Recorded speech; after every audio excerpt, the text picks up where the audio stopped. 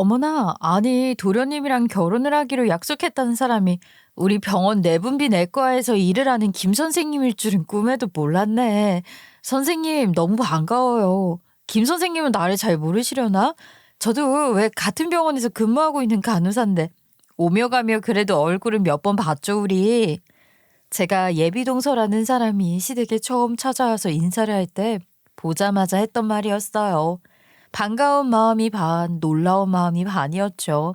도련님께서 결혼을 할 사람이 의사 면허를 가지고 있는 사람이라는 이야기는 슬쩍 들어서 알고 있었지만 저도 일이 바빠서 제대로 듣지 못했었고 대충 흘려들어서 같은 병원에서 근무를 하고 있는 전문의일 거라고는 생각하지 못했었거든요. 저는 대학병원에서 꽤 오랜 시간을 간호사로 일을 하고 있었는데 대학병원이 아무래도 인력이 많이 들어왔다가 일이 힘들어서 쑥 빠지기도 하고 해서 저만큼 오래 일한 사람들은 생각보다 별로 없다 할 정도로 교체가 빨리빨리 되기도 해요. 저는 사실 운빨이 좀 안 좋은 편에 속해서 한 과에 붙어 있지 못하고 스테이션이 계속 바뀌면서 여러 과를 전전긍긍하고 있었던 간호사이기도 했고요.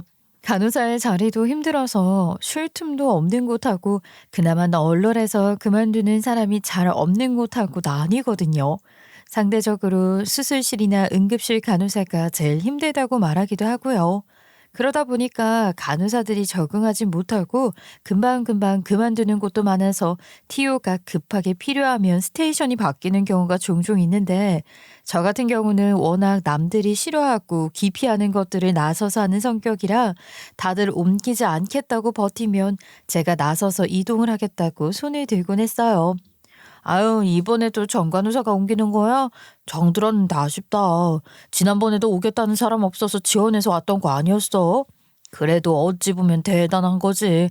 아유, 이제 정간호사 정도면 짬밥이 제대로 차서 어디 가서 퇴임당할 일도 없고 후배들한테 일 떠넘겨도 되는데 자원해서 자꾸 다른 스테이션으로 옮기니까 말이야. 아이, 그런 게 싫어서 옮기는 건데요, 뭐. 자꾸 후배들한테 적응해야 할 시간을 줘야 하는데 경력도 따지고 태움도 하고 하니까 그 꼴 안 보려면 제가 가는 게 속 편하지 않겠어요? 전 솔직히 후배 간호사 들어오면 잘해주고 싶어요. 괜히 꼬투리 잡아서 괴롭히고 그런 거 할 시간이 어디 있겠어요? 아유, 그건 나도 마찬가지야. 근데 뭐 다들 자기네들이 당한 게 있으니까 안 갚음하는 거지. 세상에 정간호사 같은 사람만 어떻게 존재하겠어? 이번에 옮기는 곳에서도 적응 잘하고 거기 은근히 일 많은 스테이션이라고 하던데 그래도 수술실 안 들어가는 게 어디야?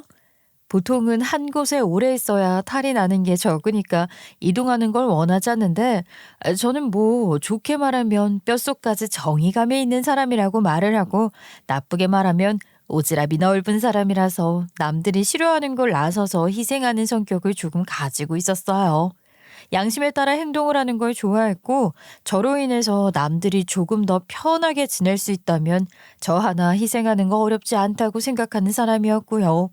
이건 전부 저희 아버지의 영향을 받은 탓인데 저희 아버지께서 직업 군인으로 오랜 시간을 군대에서 보내신 분이라 완전히 FM 타입이시거든요. 집에서도 각 잡고 생활을 해야 했고 상부 명령에 무조건 복종하는 법을 배워가며 자랐기 때문에 사실 부서를 옮기면서 따라오는 탈 같은 것들은 저에게 큰 문제가 되지 않았어요. 어릴 때부터 남들을 도우면서 자라야 한다고 올바른 사람이 되어야 한다고 강요를 당했어서 그런 건지 저도 그런 사상으로 물들어 있는 편이었거든요. 아무튼 결론은 제가 이 대학병원에서 제일 로테이션을 많이 돌았던 간호사나 다름없었다 이 말입니다. 그러다 보니까 오며 가며 의사들의 얼굴도 많이 알고 아는 사람들도 많고 그랬는데 예비동서가 우리 병원에서 일을 하는 전문의일 줄 어떻게 알았겠어요. 꿈에도 생각 못했죠. 아무리 그래도 어떻게 의사라는 것 말고 아무것도 모를 수 있느냐 하시는 분들도 계실 텐데 아마 저희 시댁 이야기를 하면 조금은 이해를 해주실지도 모르겠네요. 저희 시어머니가 또 하나만 알고 둘은 모르는 전형적인 촉새 같은 사람이거든요. 남들이 어떻게 생각을 하든 말든 자기 자랑하는 걸 제일 좋아하고 또 자기가 조금 더 우위에 있다 싶으면 남들을 깔보기 시작하는데 이게 또 엄청 얄밉게 속을 살살 긁어버리는 재주가 있다 이 말이죠. 남편이나 도련님이나 그런 시어머니의 성격을 잘 알고 있으니까 일부러 말을 하지 않는 것 같았어요. 도련님이 결혼을 하겠다고 입을 열었을 때도 시어머니가 엄청나게 궁금해 했었거든요. 아유, 내가 답답해 죽겠다니까. 우리 둘째 성격이 이상한 건지 뭔지. 아니, 뭐 하는 사람이냐? 어디 대학을 나왔냐? 얼굴은 반반하니 괜찮냐? 몇 살이냐? 이런 질문 정도는 해도 되는 거 아니냐? 아니, 내가 글쎄 물어보니까 뭐라는 줄 아니? 뭐라고 하던데요? 아니, 근데 도련님 성격에 그런 거 물어본다고 자세하게 말을 할 것 같은 사람은 아니잖아요. 어머님도 평생을 키워서 잘 알고 있으면서 뭘 그런 걸로 답답하다 그러세요. 우리 가족이 될 아이인데 당연히 궁금할 수밖에 없는 거 아니냐? 아니, 나한테 자세하게 말해줘봐야 미리 설레발치고 다른 사람들한테 자랑하고 온 동네방네 소문낼 거 아니냐면서 그냥 의사예요 하고 말더라니까. 의사라고 하니까 더 궁금해 미치는 거지. 얼마나 능력이 좋은 의사인지 궁금하지 않겠어? 아유, 어차피 도련님이랑 결혼할 사람인데 능력이 얼마나 좋은지 궁금해서 뭐해요. 어머님, 도련님 마음도 이해를 해줘야죠. 내가 뭐 잡아먹니? 의사라고 하니까 어디 뭐 도움이라도 될 일이 있나 싶어서 궁금해서 물어보는 거지. 아, 너는 누구 편이야? 아무튼 내가 딱딱 각이 잡혀서는 뭘 해도 그런가 봐요. 저런가 봐요. 사람에게 공감을 제대로 해줄 줄도 모르고 내가 아주 돌이랑 이야기하는 것 같다. 근데 사실 도련님의 마음이 너무나도 이해가 갈 수밖에 없었어요. 제가 남편이랑 결혼할 때도 시어머니가 똑같이 행동을 했고 우리 남편은 제가 대학병원에서 일을 하는 간호사라고 신이 나서 줄줄이 말을 했었거든요. 그 말이 끝이 나기 무섭게 우리 시어머니가 저에게 귀찮은 부탁들을 엄청 했었거든요. 뭐 친척 누가 병원에 가야 하는데 예약 좀 대신 해달라. 감기인 것 같은데 병원에서 약을 좀 가져다 줄 순 없냐. 이런 부탁들 있잖아요. 게다가 시어머니 친구들, 친척들 할 거 없이 어디가 아프기만 하면 자기가 무슨 병에 걸린 것 같냐고 물어보는데 제가 그걸 어떻게 다 알겠어요. 곤란했던 적이 한두 번이 아니었거든요. 도련님이 보고 배운 게 있는 아주 현명한 사람인 거죠. 병원에서 일한다고 말을 하면 일단 저한테 그 의사 아니야, 어떤 사람이냐 물어볼 것도 뻔하기도 하고 그러니까 도련님 입장에서는 말하기 싫었을지도 몰라요. 제가 결혼할 때 이런 일이 있었거든요. 우리 시어머니가 입이 싸고 자랑하기 좋아한다고 했잖아요.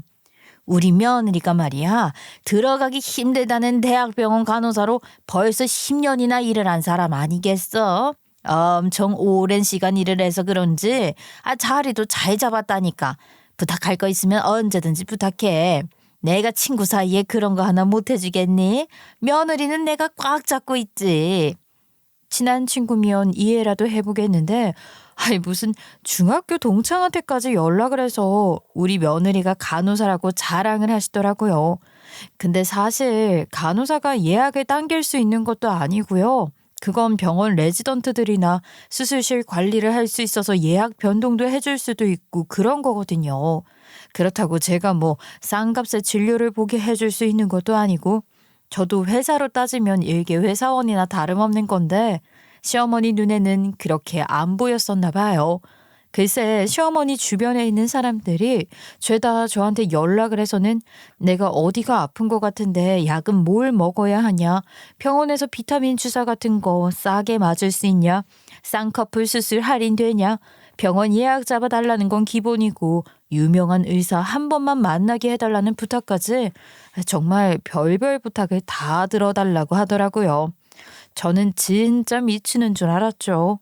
제가 남편이랑 도련님한테도 결혼 준비하면서 이 부분으로 극심하게 스트레스 받았다고 이야기를 하니까 도련님은 사전에 차단한 것 같더라고요. 진짜로 웃긴 일도 한 번 있었어요. 시어머니가 제가 결혼을 하고 얼마 지나지 않아서 연락을 하셨더라고요. 너네 시아버지가 말이다. 몸이 좀 피곤하고 축축 처지는 게 힘들다고 그래서 말이야. 수액을 좀 맞고 싶어 하는 것 같은데 병원 진료 보러 왔다 갔다 하기도 까다롭고 귀찮고 하니까 너네 병원에 남는 수액 좀 몰래 들고 와서 우리 집에 와서 수액 좀 놔줘라. 아, 네? 어머님, 병원에서 그렇게 약을 훔쳐서 오면 법에 걸려요. 그거 불법이에요. 아, 제가 의사도 아니고 처방전도 없는데 수액을 가지고 와서 집에서 놔드리는 건 말도 안 되는 거죠. 제가 뭐 동네 병원에서 일을 해서 의사한테 살짝 말을 하고 부탁할 수 있는 입장도 아니고요. 대학병원에서 일을 하는 데다가 약물 관리가 얼마나 까다롭게 이루어지는데 그걸 할 수 있겠어요. 아니 어차피 수백 개, 아니 수천 개 있는 것들 중에 하나 가지고 와서 놓는 건데 뭐가 어렵다고 안 된다고 말부터 해. 해보기나 했어? 다른 사람도 아니고 네 시아버지가 아프다고 하는데 그걸 모른 척 할 수 있니? 그러지 말고 수액 좀 들고 와서 놔주라니까. 제가 수액들을 관리하는 사람도 아니고 저희도 처방전 들고 가야지만 받아올 수 있어요. 제가 뭐 약을 발주하는 사람도 아니고 수액 관리하는 관리자가 따로 있어서 불가능하다고요. 저는 의사가 아니라서 할 수 없는 부분입니다. 차라리 동네 병원에 가서 진료받고 맞으세요. 간단한 피로가 아닐 수도 있잖아요. 아이고 병원까지 왔다 갔다 할 힘도 없다고 하니까 하는 소리 아니겠어. 너는 참 융통성도 없다. 피로회복제랑 비타민 같은 거 든든하게 넣어서 하나 챙겨와. 네 시아버지가 잘못되면 내가 책임지 마. 대학병원에서 일을 하는 간호사인데 서당계 3년이면 풍어를 읊는 거 아니겠니? 간호사나 의사나 뭐가 달라. 이럴 때 네 시아버지한테 점수도 따고 하는 거지. 아유, 의사랑 간호사가 뭐가 다르긴요. 엄청나게 다르죠. 아예 하는 일이 다른데. 저는 못하겠어요. 그냥 동네 병원에 가서 수액 놔달라고 하시는 게 말라요. 또 같은 소리 반복한다. 그럴 힘이 없다니까. 왜 그거 하나 못하겠다고 하는 거니? 며느리가 되어서는 누가 직업군인 딸 아니랄까봐 평생 그렇게 혼자서만 법 지키고만 살 거냐? 그거 한번 가지고 온다고 해서 잘리는 것도 아니고 뭐라고 할 사람도 하나도 없다. 다들 이해해 주겠지. 어머님, 의료법 위반이 얼마나 무서운 건지 알지도 못하시면서 왜 그렇게 쉽게 말을 하고 그러세요? 제가 알아듣게 설명을 다 드렸는데 왜 똥꼬집을 부려가면서 해달라고 박박 우기시는 건데요? 저는 안 된다고 분명히 말씀드렸고 못한다고 했어요. 뭐야 똥꼬집? 얘, 너 지금 하늘 같은 시애미한테 똥꼬집이라고 말을 쓴 게야? 진짜 미친 거 아니니? 내가 오냐 오냐 해줬더니만 하늘 무서운 줄 모르고. 그게 처음으로 시어머니와 말다툼을 한 날이었죠. 제가 마음대로 움직여주지 않으니까 꼬투리를 잡아서 몰아세우는데 진짜 시어머니만 아니었으면 성격상 들이박았을지도 모르겠다 싶더라고요. 결국 그날 제대로 한바탕 하고 퇴근하고 돌아와서는 남편에게 씩씩거리면서 말을 했죠.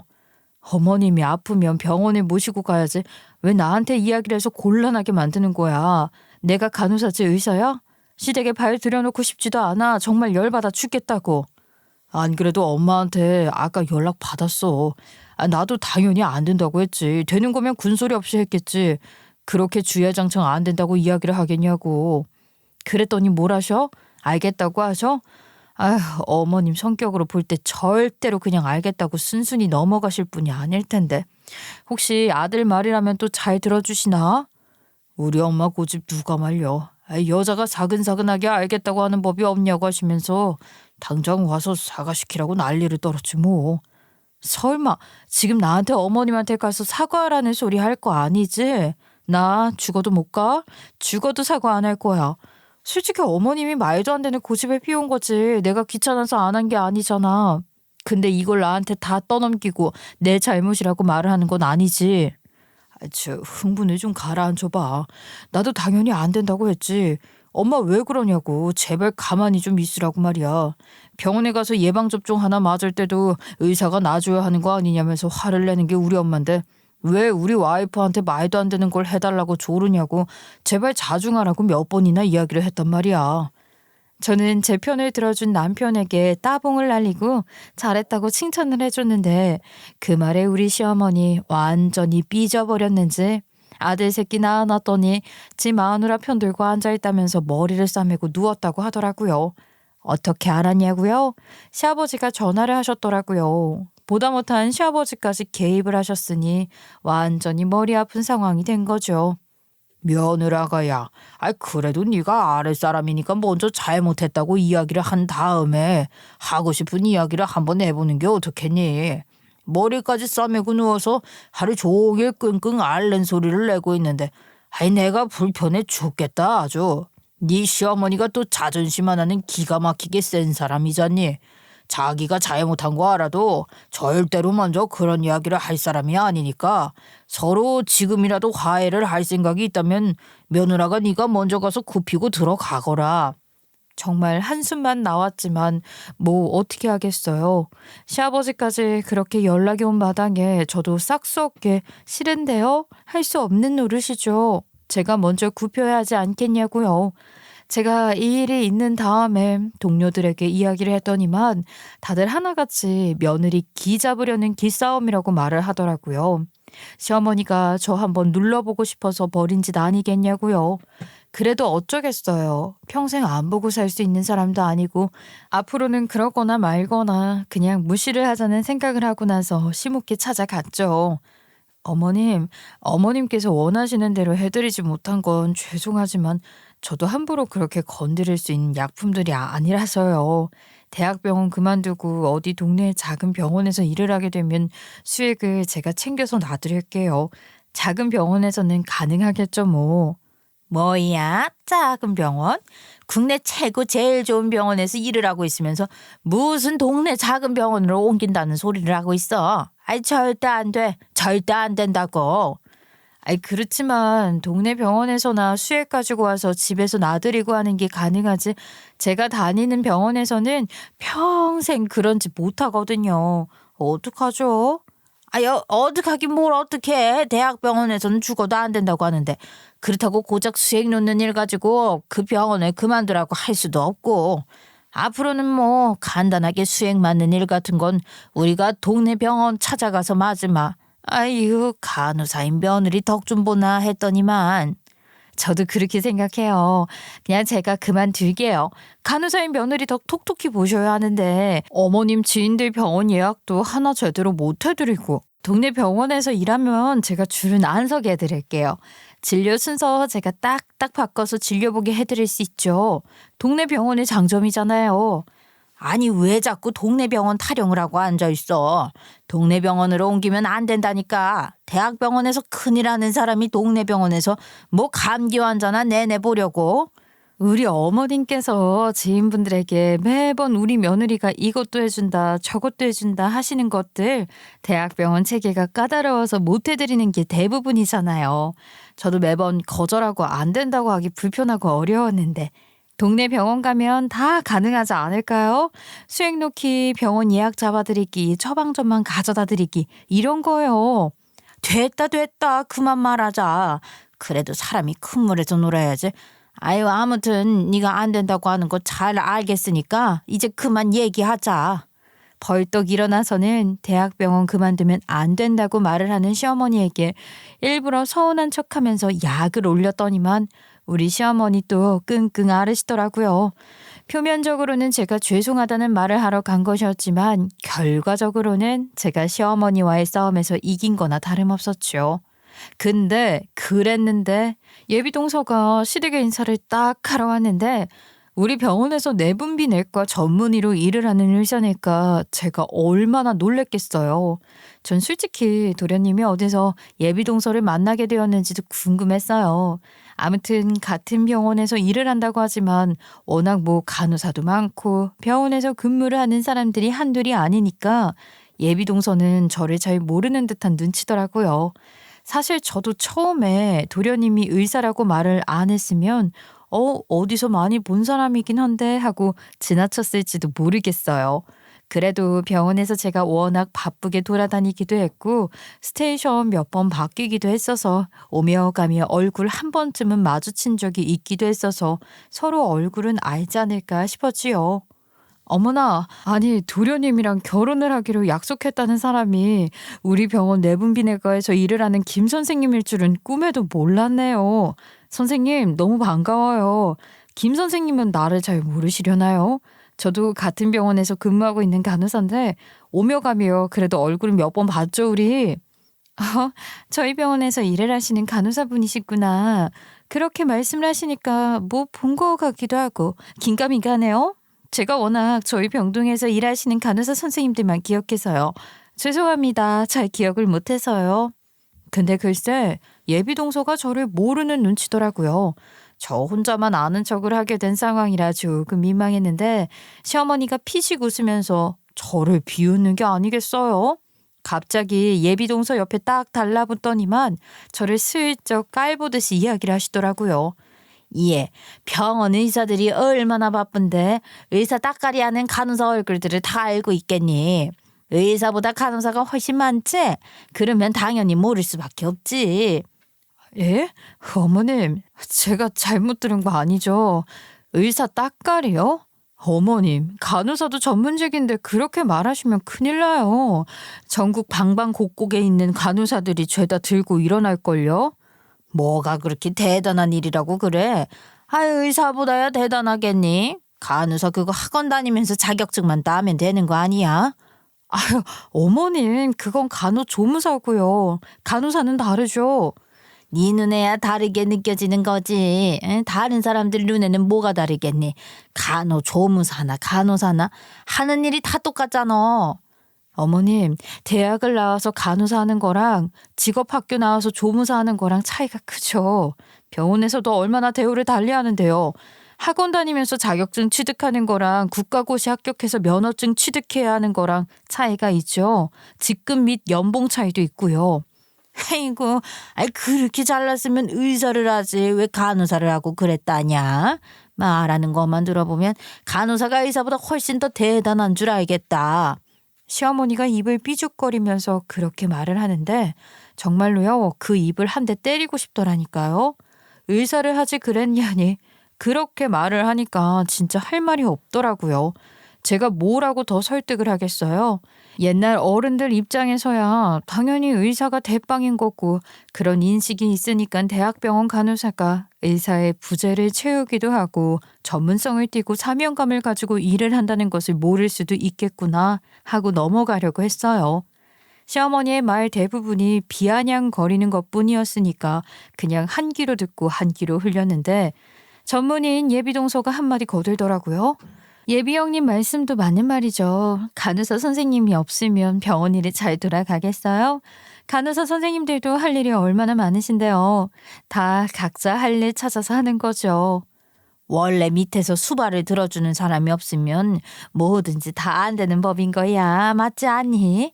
변호사들도 다 보조들 달고 다니잖아. 의사도 그렇게 보조를 할 사람이 필요한 거지. 보조나 수발이나 그게 그거 아니니? 내가 뭘 그렇게 잘못 말했다고. 시어머니가 동서의 말에 한마디 더 얻는데 일부러 저를 무시하고 싶어서 그렇게 말을 한다는 걸 잘 알겠더라고요. 의도가 너무 다분히 파악이 되잖아요. 분위기가 이상해지긴 했지만 일단 예비동서가 처음으로 인사를 드리러 온 자리였기 때문에 더 큰 소리가 나면 안 되겠다 싶어서 저도 마음을 가다듬고 예비동서에 대한 이야기에 집중을 했죠. 솔직히 시어머니 때문에 그 자리를 박차고 나가고 싶은 마음이 굴뚝 같았지만 제가 또 손윗사람으로서 그러면 안 되는 거니까 그냥 참았어요. 아무튼 예비동서는 그렇게 인사를 드리고 나서 상견례 자리도 갖추고 결혼도 하게 되었죠. 시댁은 경사가 났어요. 첫째 며느리는 간호사고 둘째 며느리는 의사잖아요. 자랑하기 좋아하고 입이 가벼운 우리 시어머니는 어김없이 주변 사람들에게 자랑을 하기 시작했어요. 근데 이것도 진짜 웃기더라고요. 우리 둘째 며느리가 의사잖아, 의사. 첫째 며느리는 간호사라서 못 해줬던 부분을 우리 둘째 며느리는 다 해줄 수 있다니까. 병원 예약도 당겨줄 수 있고 의사니까 처방전도 쓸 수 있지 않겠어? 첫째 며느리 걔는 그저 병원에서 일만 한 거지. 걔가 힘을 쓸 수 있는 건 아무것도 없다니까. 이래서 다들 공부해서 의사 되라고 하는 건가 봐. 둘째 며느리가 아주 똑부러져. 언제는 첫째 며느리가 간호사라서 최고라더니 의사 며느리 들어왔다고 저는 아예 찬밥이더라고요. 근데 이게 계속 반복이 되다 보니까 동서도 시어머니의 축혀 세움에 힘을 입어서 그런 건지 뭔지 자꾸 시어머니 옆에 찰싹 달라붙어 있는데 그게 또 그렇게 꼴 보기가 싫대요. 둘이 짝짝꿍이 엄청나게 잘 맞더라고요. 아니 하루는 시어머니가 자기가 독감에 걸린 것 같다면서 수액을 맞아야겠다고 또 난리를 치는 거예요. 이건 무슨 연중 행사도 아니고 1년에 한 번씩 저러는 건가 싶더라니까요. 아이고, 몸이 으슬으슬한 것이 아무래도 감기에 걸린 게 틀림없는 것 같다. 내가 주사라도 한 대 맞아야지. 아유, 몸이 아파서 어디 움직이기도 힘들고.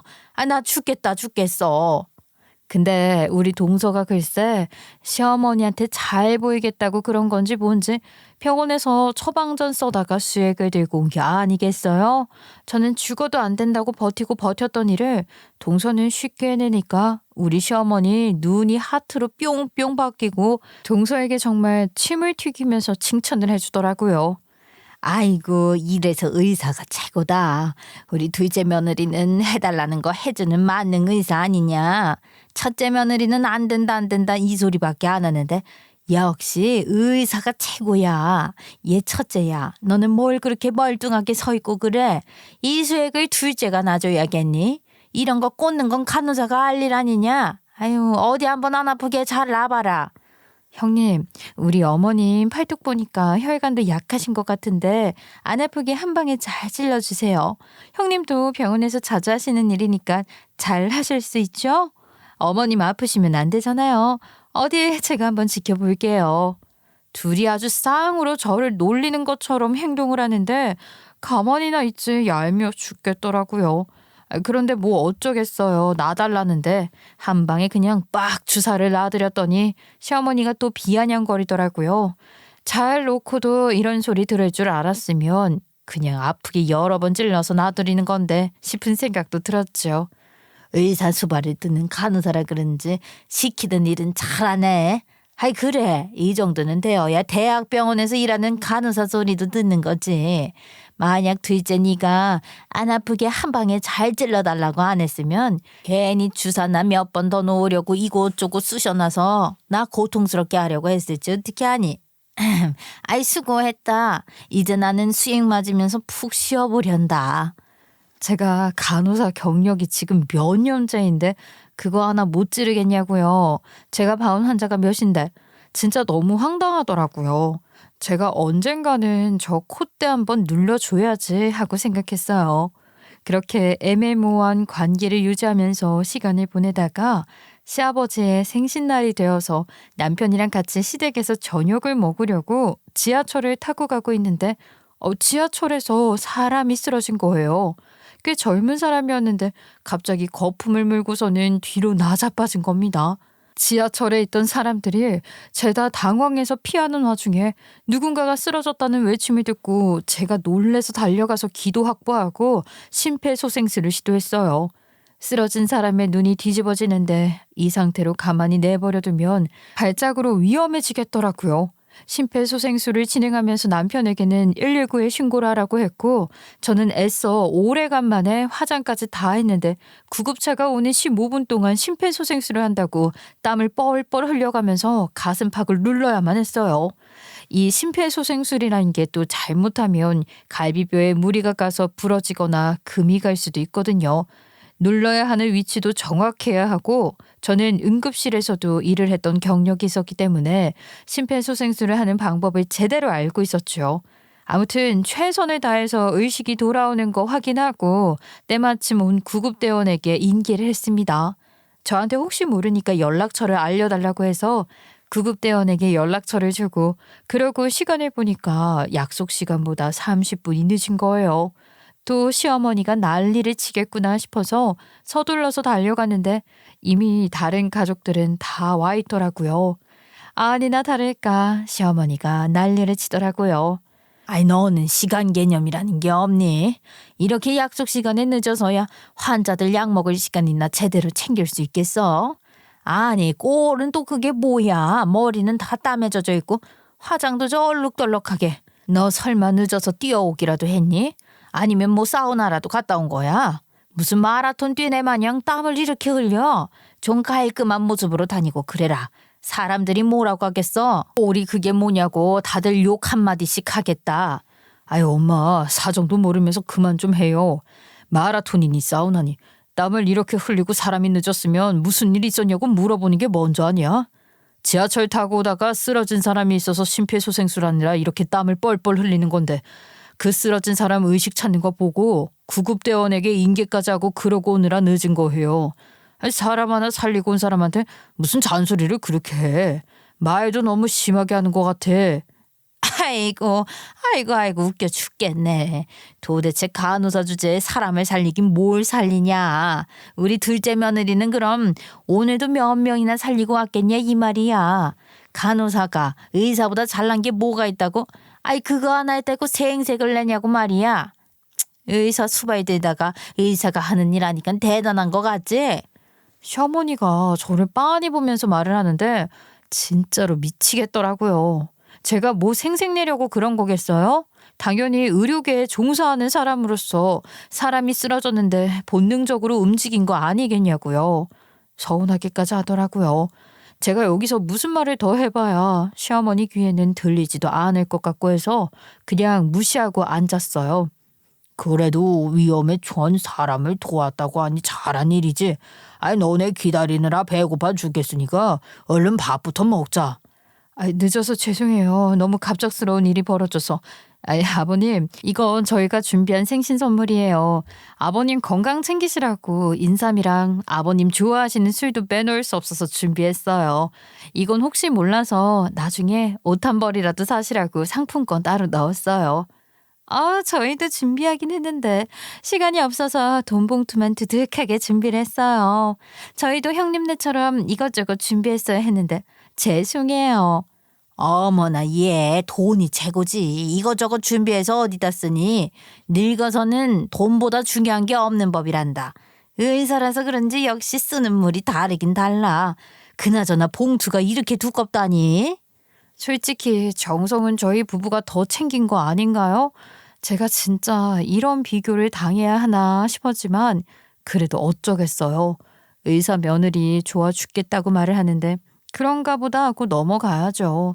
근데 점점 더 짜증이 나기 시작하는 건 이 동서가요. 누울 자리 보고 다리 뻗는다고 시어머니가 이쁘다 해주니까 아주 기고만장하기 시작한 거예요. 시댁에 가서 저녁이라도 먹으면 손 하나 까딱 안 하고 시어머니 옆에 붙어서 시어머니가 주는 과일이나 처먹고 있더라니까요. 무슨 저는 부엌댁이냐고요. 제가 신데렐라냐고요. 동서, 이 그릇 좀 혹시 치워줄 수 있어? 내 손에 거품이 묻어서 그런데 이 그릇 저기 찬장에 좀 넣어줘. 손 씻고 넣으면 되지. 우리 둘째 며느리는 말이야. 환자들 진료하느라 힘들었을 텐데 집에서까지 일을 해야겠어. 그럼 간단한 일은 네가 알아서 해라. 우리 둘째 시키지 말고. 어머님, 저도 병원에서 일하고 와서 피곤하거든요. 저 다음 주부터는 나이트 근무라서 더 힘들다고요. 그리고 이거 어려운 일 아니잖아요. 설거지를 해달라고 한 것도 아니고 그릇 좀 찬장에 넣어달라고 한 건데 그게 뭐 대단한 일이라고. 너희야말로 병원에서 일하는 게 뭐 그렇게 힘들고 대단한 일이라고 그래. 의사가 일 다 하고 너는 시키는 일이나 하면 되는 거 아니냐? 할 말이 없더라고요. 도대체 간호사를 뭐라고 생각하는 건지 말을 하기도 입이 아팠어요. 어차피 잔소리를 들으면서 제가 일을 다 하느니 그냥 잔소리라도 안 듣는 게 낫겠다 싶어서 동서한테 뭘 부탁하지도 않게 되더라고요. 그렇게 나이트 근무를 하는 시간이 되었고 병원에서 급하게 호출이 와서 몇 번 불려가는 일도 생겼었어요. 그랬더니 시어머니가 저한테 한 소리를 하더라고요. 지난번에 내가 급하게 아들놈 인간도장 받을 일이 필요해서 밤에 너네집 찾아가니까 너는 갑자기 병원 호출와서 출근하고 없다고. 우리 아들 라면 끓여 먹고 있더라. 아니 병원 일은 혼자 다 하니? 남편 밥 한 끼 차려줄 시간도 없어? 아이고야, 의사들은 딱 정시 근무하던데 너는 교대 근무하는 것도 마음에 안 들고 말이야. 우리 아들만 불쌍하다. 밥 한 끼 못 얻어먹어서 라면으로 끼니를 때우고 있으니. 일이 바쁜데 어떻게 하겠어요. 그렇게 걱정이 되시면 어머님이 반찬도 좀 해주시고 우리 남편 뒷바라지도 좀 해주시면 되겠네요. 저도 같이 그 덕 좀 보게요. 아이고, 지금 우리 아들 밥 해주라는 핑계 대면서 너도 밥 얻어먹겠다는 소리냐? 어쩜 이렇게 싹수가 없게 말을 하는지. 어휴, 내가 아주 상전을 모시고 산다. 결혼한 지 3년 차.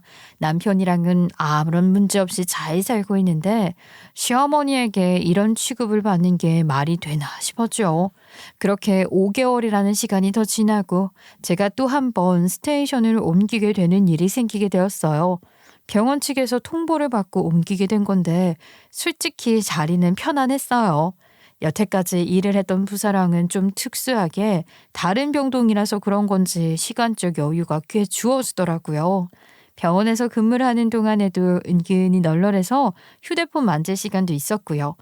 그동안 병원 안에 있는 과들 돌면서 적응한 보람이 있다고나 할까요? 승진도 하게 되었고 쉬는 날도 좀 더 유동적으로 쓸 수 있게 되었고 오래 일한 보람이 있더라고요. 하지만 제가 편안하게 일을 하게 되었다고 해서 시댁에서 저를 가만히 내버려둘 리는 또 없지 않겠냐 이 말인 거죠. 저한테 저녁 먹자고 시댁으로 오라고 하시더니만 막상 가니깐 아무런 것도 준비되어 있지 않은 거예요. 지금부터 밥 준비해야 하니까 얼른 서두르자. 이러다가 밥 때 다 지나서 밥 먹겠다. 동서도 온다고 하지 않았어요? 아직 도착 안 한 거예요? 이미 와서 저쪽 방에서 자고 있다. 오후까지 무슨 수술이 있었다고 하던데 얼마나 피곤해 보이던지. 아니 밥 차릴 때까지 자고 있으라고 했어. 괜히 힘든 애 깨우지 말고 우리 둘이 후닥하자. 그래, 수술이면 피곤하겠다 싶어서 시어머니랑 둘이서 밥 준비하고 동서 깨워서 밥 먹고 있는데 병원에서 급하게 호출이 온 거예요.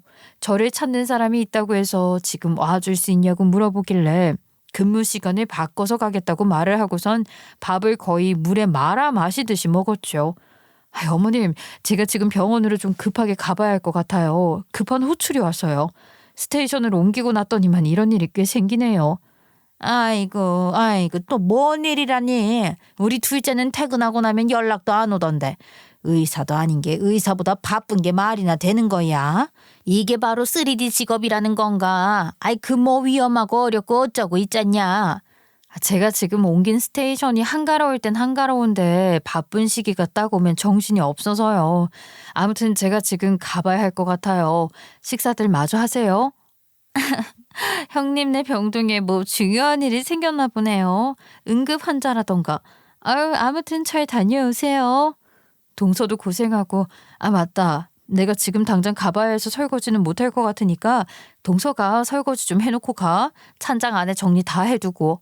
그렇게 말을 하고 일어서는데 갑자기 시어머니가 저를 향해서 야 하고 소리를 지르더니만 벌떡 일어나서 저에게 다가와 제 머리채를 콱 쥐어잡는 거예요. 그 행동에 그 자리에 있던 가족들 모두가 얼음이 되었죠. 물론 머리채를 잡고 뒤 흔들진 않았지만 확 잡아채는 바람에 머리털이 뽑힌 듯한 느낌이 들었어요. 그동안 내가 너한테 의사 수발이나 드는 애라고 그렇게 말을 했는데도 못 알아먹어. 어디 귀한 우리 의사 며느리한테 설거지를 시켜. 너 정신 나갔니? 내가 정말 살다 기가 막혀서 원. 네가 하는 일이 뭔데 의사 수발 드는 애 아니야? 근데 감히 네가 누구한테 명령을 해. 제가 언제 명령을 했다고 그러세요? 제가 맨날 부탁을 한 것도 아니고 지금 당장 가봐야 해서 딱 한 번 부탁한 건데 지금 제 머리채 잡으신 거예요? 당장 이 손 놓으시라고요? 우리 둘째가 네 머리채 잡고 싶어 할 것 같아서 내가 대신 잡았다. 귀한 우리 의사 며느리 손으로 네 머리채 잡아서야 되겠냐? 병원 일이 아무리 바빠도 너를 대체할 사람이 한둘이야? 조금 늦는다고 하고 설거지하고 가. 우리 귀한 의사 며느리 손 다치기라도 하면 어쩌니. 수술도 하는 앤데. 어머니 지금 뭐 하시는 거예요? 어이가 없어서. 아니, 의사도 의사 나름 아니겠어요? 무슨 교수도 아니고 전문의로 만년 지금 버티고 있는 사람인데 저랑 다를 게 뭔데요? 의사랑 간호사급이 다른데 당연히 달라도 너무 다르지 않겠니? 너는 지금 간호사 따위가 의사랑 비교를 하는 거야? 네가 병원에서 의사 수발 드는 거 말고 하는 게 뭐가 더 있니?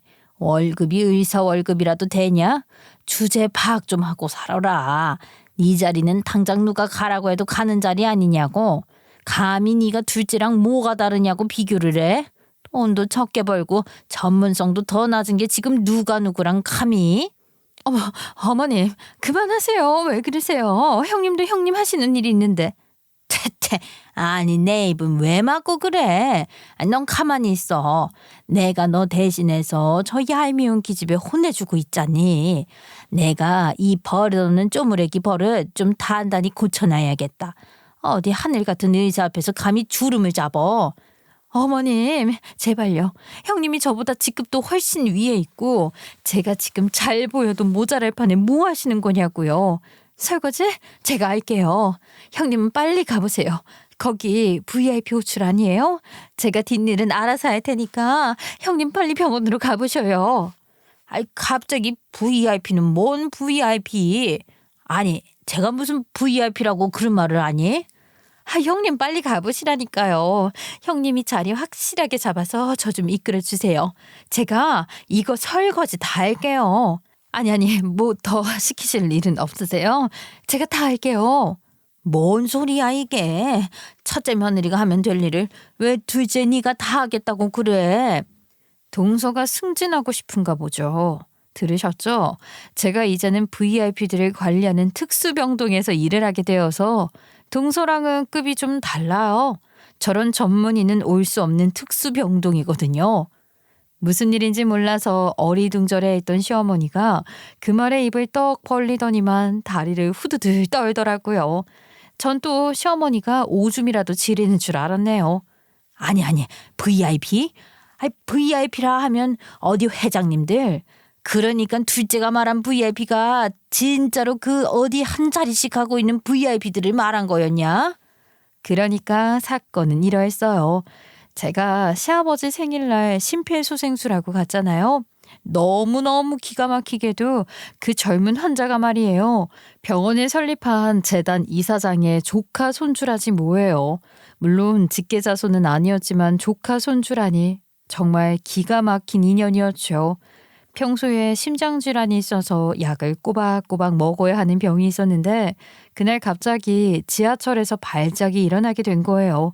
정말 발빠르게 제가 움직이지 않았으면 황천길로 직행했을지도 몰랐다고 하더라고요.